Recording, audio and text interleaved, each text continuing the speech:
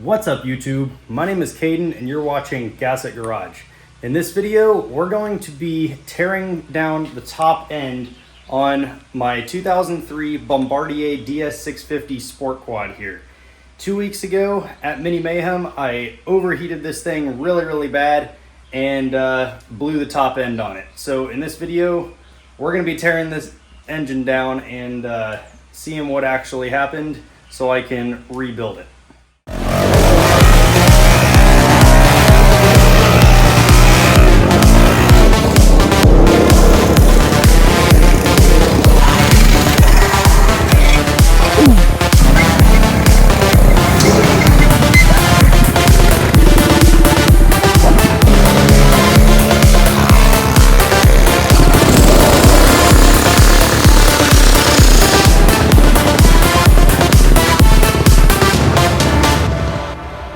Alright guys, so this is my 2003 Bombardier, or Bombardier, however you want to say it, DS650 Sport Quad. And if you go watch the Mini Mayhem video, I took this thing on a trail ride and overheated the crap out of it and completely blew the top end. So now, when you spin it over,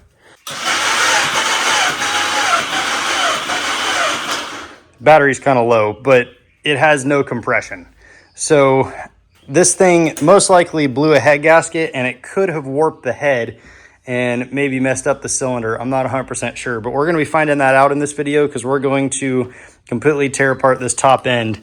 And if you look, the exhaust side of the head is actually a darker color than the rest of it, which means this thing got extra hot.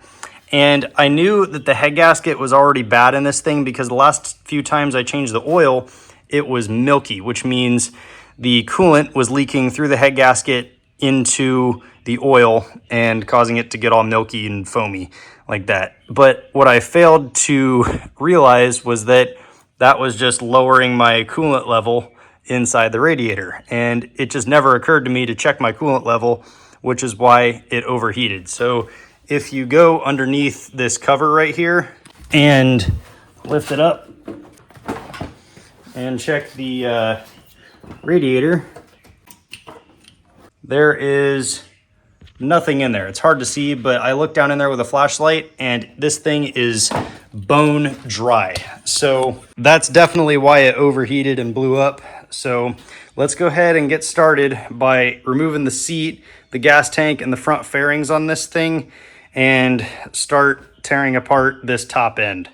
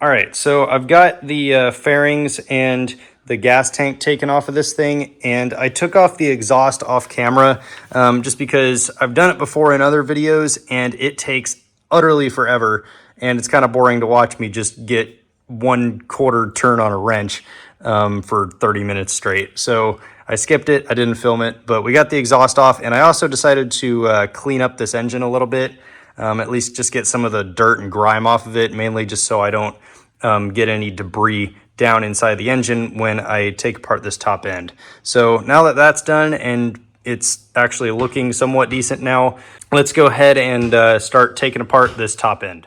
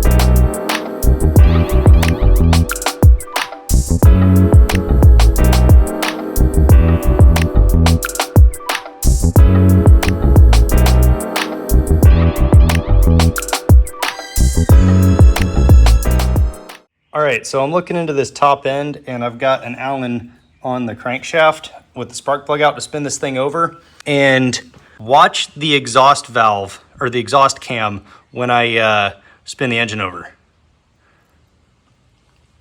It doesn't turn. That is not good. The gear is turning, but the camshaft itself is not even moving. Basically, I think what happened here is this this bolt right here came loose, and this one is tight on the intake cam, allowing this to turn, but that one is loose for some reason, and this cam I think is seized, because you can tell that this is a darker color than that, which means this thing got ridiculously hot. So I'm probably going to need to end up buying a whole new like head and cams and everything, which is really going to suck. But it kind of is what it is at this point. I have to get this thing rebuilt. So I'm going to keep taking apart this top end, and then I'll start filming again once I have the head off. So real quick, another thing I just realized, which might be the reason why the cam isn't spinning. So you see this ring right here? It looks fine on that one, but if you go over to here, that's not good. That's not good at all. I wonder if I can take it out. I don't think I can take it out, but that's very broken. That is very, very broken. And that means there's chunks of metal down inside the engine, which really, really sucks. So this job just got a whole lot harder.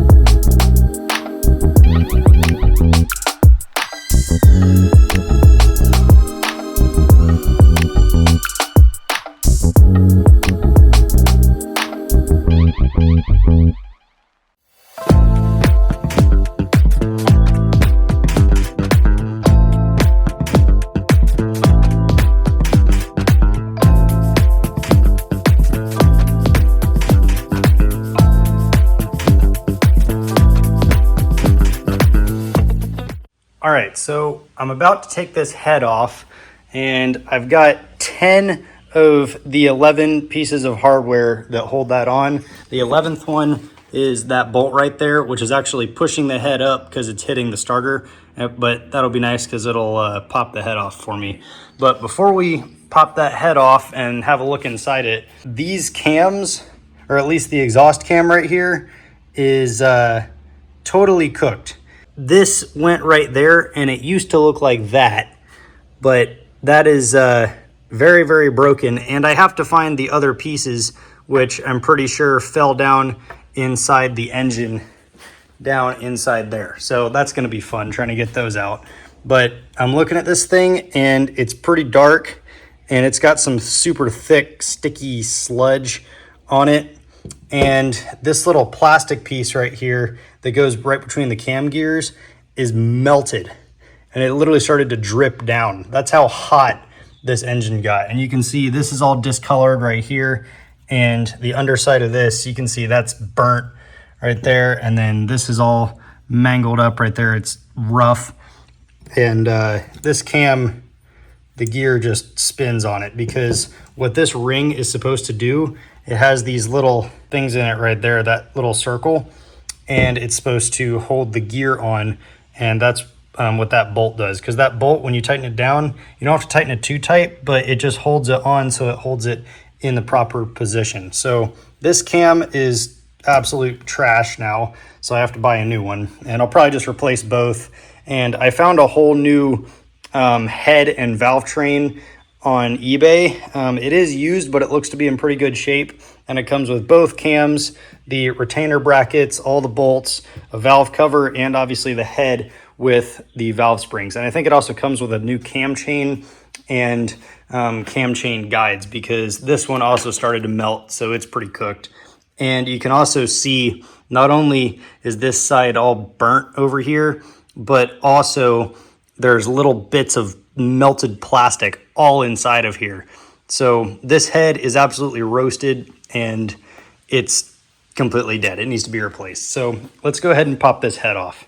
So something I just realized is this boss right here that's supposed to have a bolt in it doesn't have any mounts on the frame, so it's kind of pointless.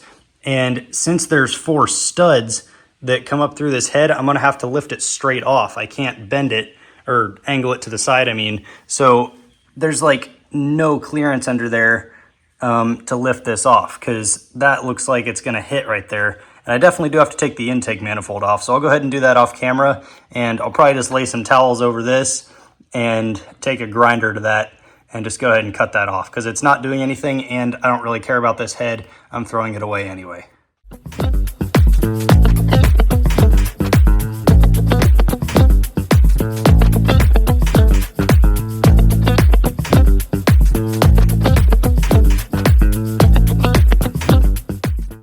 So I just finally got the intake manifold off. The top bolt on it was really hard to get to, and I actually had to take an Allen wrench and cut the end of it off to be able to get to it. But I got this boss cut off right here, and then I've got the intake manifold off. So we should be finally good to pull this head off. Now I may have to still loosen this bolt a little bit as I take it off, but should be good. Yep, there it goes. All right, let's lift this head off. Oh, wow. Something's still attached here. I don't know what. Oh, cam chain guide. All right, there it comes. Garrett's riding the pit bike in the background. That's what you're hearing. I did just put a new wheel on that thing, so he was riding it around to test it. Don't want to drop the cam chain in there, so I always clamp a zip tie onto it. All right. And there's our head. Wow, yeah, that head gasket was pretty bad. Yeah, there is literally, I'm dumping oil everywhere. There's literally dirt like inside of the coolant ports on this thing. So no wonder this thing was overheating. All right, let me clean up this oil and then I'll turn the camera back on. All right, so I just set the head down and cleaned up the oil dripping off of it. But this head gasket is very clogged up, as you can see. The coolant passages on it are just absolutely full of dirt. Like, those should be able to be passed through, and they're completely clogged. But I can't even, like, look at that. That's just all gunk that was in the coolant system. So no wonder this thing overheated even when it did have coolant in it. Because when this thing did have coolant, it was still getting hot and it wasn't cooling properly, and that really explains why. This coolant system is pretty disgusting. So this head gasket is shot. We definitely need a new one of those. Yeah, all these coolant passages are completely blocked up. That is not exactly a good thing. Or well, maybe coolant only flows through those. I don't know. But regardless, the coolant system is disgusting. And we also have 2 little contact marks right there from the valves. So the valves hit the piston, and it also looks like a little chunk of something hit the piston right there. So let's go inspect the head real quick. Yeah, so I was looking at this head gasket more, and I realized these actually aren't open coolant passages. But they are pretty dirty, because if you look at the bottom of this head here, the coolant is supposed to flow through that, and there's dirt in there. If I get a little pick right here, it probably, yeah, look at that. There's supposed to be coolant in there, not dirt. That's gnarly. Like, that is just, that's mud. There's literally mud in the coolant passages. But yeah, so it looks like just these 2 little holes right here are where the coolant is supposed to flow through, and it definitely wasn't flowing very well, because this coolant system is absolutely disgusting. And yeah, you can see on the exhaust valves right there and right there where it gave the piston a little kiss. And also this head is pretty gnarled up. Look at that. Oh, it's got all these dents in it and little holes and stuff. So it looks like we may have had some metal get into the head somehow. I will test the flatness of this head to make sure it isn't warped, but it doesn't really matter because we will not be reusing this head. As you can see, like even the coating on the outside right here is warped, like it's flaking off with a pick, and the metal's a different color, and this thing, you can smell it. It literally just smells like, it just smells burnt, which is not good. So this head is going in the garbage, unfortunately, along with the valves because they're broken, they're dented. Head gasket's trash, piston is dead. I'm gonna go ahead and go on eBay and start buying some new parts for this thing, but yeah, I blew this thing up good. I absolutely roasted it, for sure.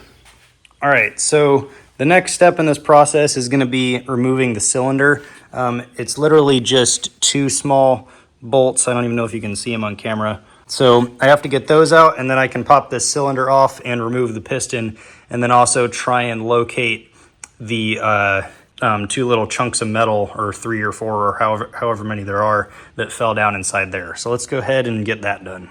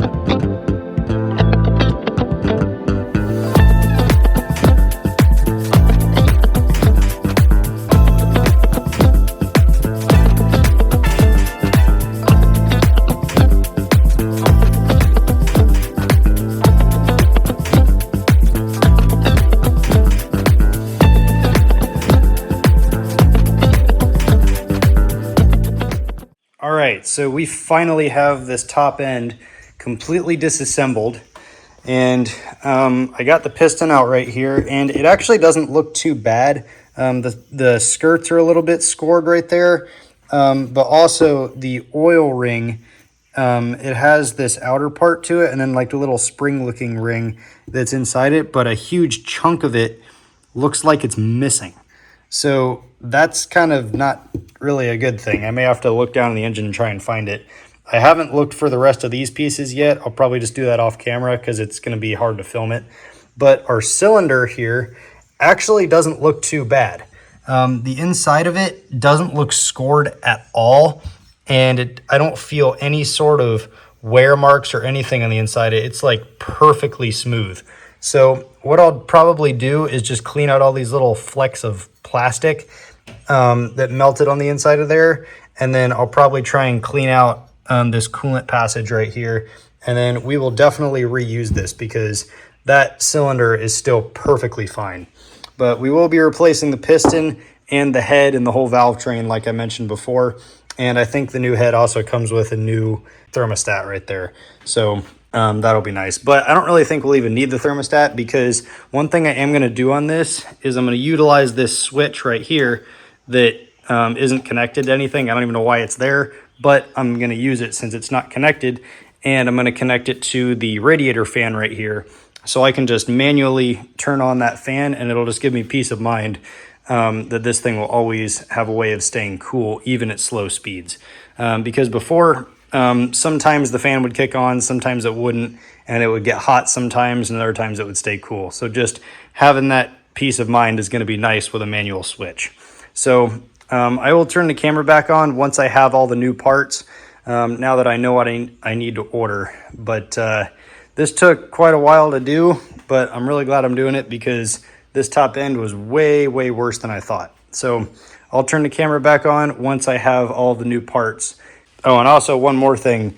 When I turned the cylinder upside down, all of this came out, which is really disgusting. So that's another reason to clean out all the coolant passages, because they were absolutely disgusting.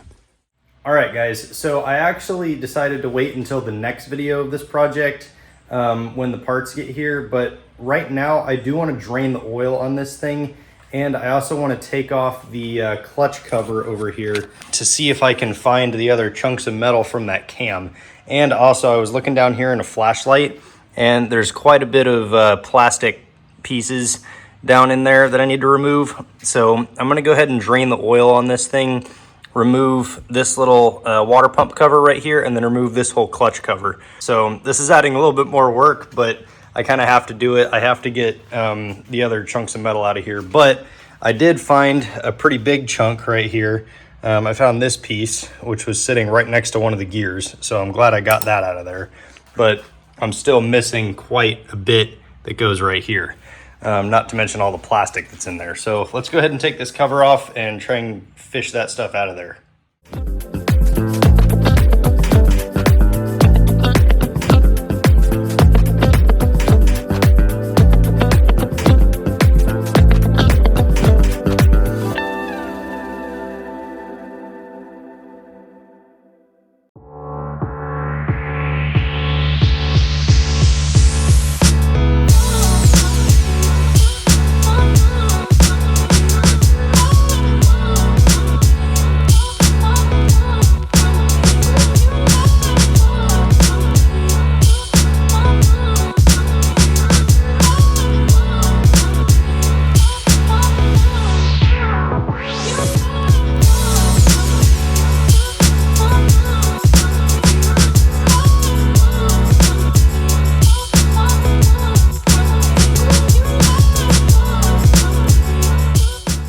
All right, so I just got this side cover off, and there's definitely some plastic in here that I have to clean out. And here is the other chunk from the cam. So I'm glad I found that. I'm glad it was easy enough to get to. So now that this is out of here, I can clean up all of this, all these little bits of plastic out of here, and get this all cleaned up. And surprisingly, our gasket right here is completely fine, so I can definitely reuse it. There's not a single tear or rip in it. It almost actually looks brand new, which is nice. So we can reuse the gasket, and I can actually put this back together today, and I don't have to order any new parts. So I'm gonna get this cleaned up off camera, and then we can put this thing back together.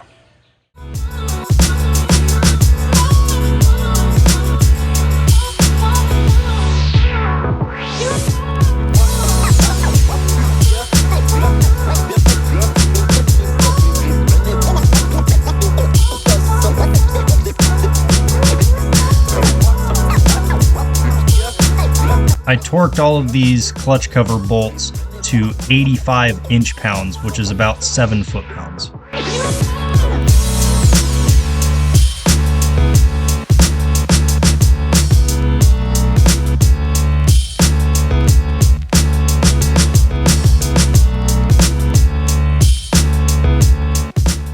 All right, so we just got this side cover back on, and I got all the bolts torqued down to 7 foot-pounds.